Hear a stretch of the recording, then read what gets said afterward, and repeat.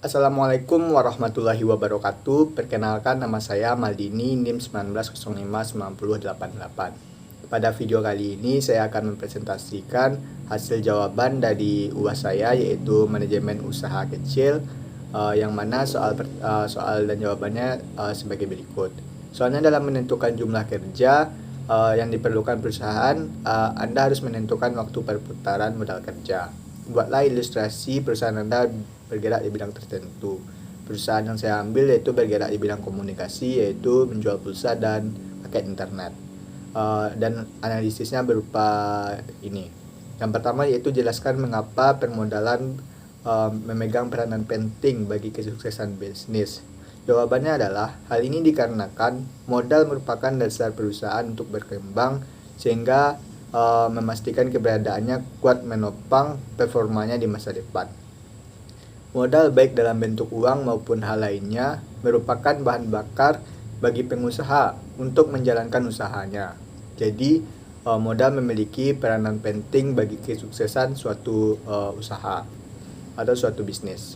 Yang kedua yaitu jelaskan fungsi pokok yang harus dilakukan oleh manajemen keuangan. Fungsi utama dari seorang manajer keuangan yaitu merencanakan, mencari serta dapat memanfaatkan dana dengan berbagai cara dalam maksimalkan daya guna dari operasi perusahaan. Tentunya hal tersebut membutuhkan pengetahuan akan pasar uang serta dari mana modal akan diperoleh dan bagaimana keputusan yang tepat di bidang keuangan harus dibuat. Penjelasan mengenai fungsi manajemen keuangan adalah sebagai berikut. Yang pertama yaitu planning atau perencanaan keuangan. Hal ini meliputi perencanaan arus kas serta laba rugi perusahaan. Selanjutnya yaitu budgeting atau anggaran, yaitu perencanaan penerimaan serta pengalokasian anggaran biaya secara efisien serta maksimalkan dana yang dimiliki oleh perusahaan. Yang ketiga yaitu controlling atau pengendalian keuangan. Hal ini merupakan evaluasi serta perbaikan mengenai keuangan serta sistem keuangan perusahaan. Yang terakhir yaitu auditing atau pemeriksaan keuangan, yaitu melakukan audit internal berdasarkan keuangan perusahaan yang ada supaya sesuai dengan kaidah standar akuntansi serta tidak terjadinya penyimpangan. Serta reporting atau pelaporan keuangan, yaitu menyediakan laporan informasi mengenai kondisi keuangan perusahaan serta analisa rasio laporan keuangan. Pertanyaan yang ketiga yaitu kapankah fungsi menggunakan dana dinyatakan efektif dan efisien? Dari mana saja sumber-sumber modal perusahaan? Dana dinyatakan efektif dan efisien jika modal digunakan untuk menjalankan bisnis atau perusahaan bisa efektif dalam menjalankan fungsinya, yaitu planning, evaluating, dan controlling. Dana bisa dikatakan efisien jika penggunaan dana bisa lebih sedikit digunakan dengan keuntungan atau laba yang didapatkan tetap atau bertambah. Modal pada dasarnya berasal dari dua sumber, yaitu dari dalam perusahaan atau internal dan dari luar perusahaan. Yang pertama yaitu modal internal. Sumber modal internal berasal dari setiap aktivitas ataupun kegiatan usaha yang dijalankan oleh perusahaan yang menghasilkan keuntungan. Beberapa sumber modal internal perusahaan yang dapat digunakan yaitu laba ditahan, akumulasi penyusutan, dan beberapa sumber modal lainnya. Yang kedua yaitu eksternal.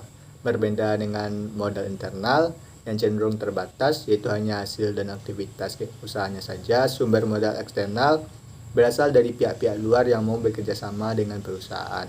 Beberapa pihak yang seringkali digunakan oleh perusahaan untuk mendapatkan modal yaitu bank, koperasi, kreditur, supplier, dan juga pasar modal. Kita lanjut ke pertanyaan selanjutnya yaitu pertanyaan keempat. Jelaskan cara menentukan perputaran modal kerja. Cara menghitungnya yaitu besar penjualan dibagi dengan rata-rata aset lancar, atau perputaran modal kerja sama dengan besar penjualan dibagi rata-rata aset lancar. Pertanyaan yang kelima yaitu jelaskan mengapa modal tetap sebaiknya didanai dengan modal sendiri. Jawabannya yaitu hal ini dikarenakan jika kita mendanai dengan modal sendiri maka risikonya lebih kecil dibandingkan dengan kredit yang akan memiliki bunga yang lebih tinggi. Selain itu, ketika kita memakai modal sendiri, juga tidak memerlukan jaminan sertifikat rumah atau kendaraan. Jadi sebaiknya menggunakan modal sendiri untuk tetap modal tetap. Pertanyaan yang terakhir yaitu pertanyaan ke-6, kebutuhan dana dapat diambil dari jangka pendek atau kredit jangka panjang. Apa keuntungan kredit jangka pendek dan apa keuntungan kredit jangka panjang? Keuntungan kredit jangka pendek yaitu bunganya lebih rendah dan tetap. Yang kedua yaitu pelunasannya cepat. Yang ketiga proses pencairannya tidak rumit. Dan keempat yaitu proses persyaratannya tidak rumit. Yang terakhir yaitu keuntungan kredit jangka panjang, yaitu tingkat suku bunga yang ada pada pinjaman jangka panjang cenderung lebih rendah jika dibandingkan dengan jenis utang lainnya. Yang kedua yaitu jumlah dividen yang harus dibayarkan perusahaan sebagai penerima utang juga lebih rendah. Yang ketiga yaitu mampu mengurangi beban pajak yang dibebankan kepada perusahaan sehingga menyebabkan pendapatan perusahaan menjadi berkurang. Baiklah, sekian hasil video saya. Maaf jika ada kesalahan. Saya akhiri. Assalamualaikum warahmatullahi wabarakatuh.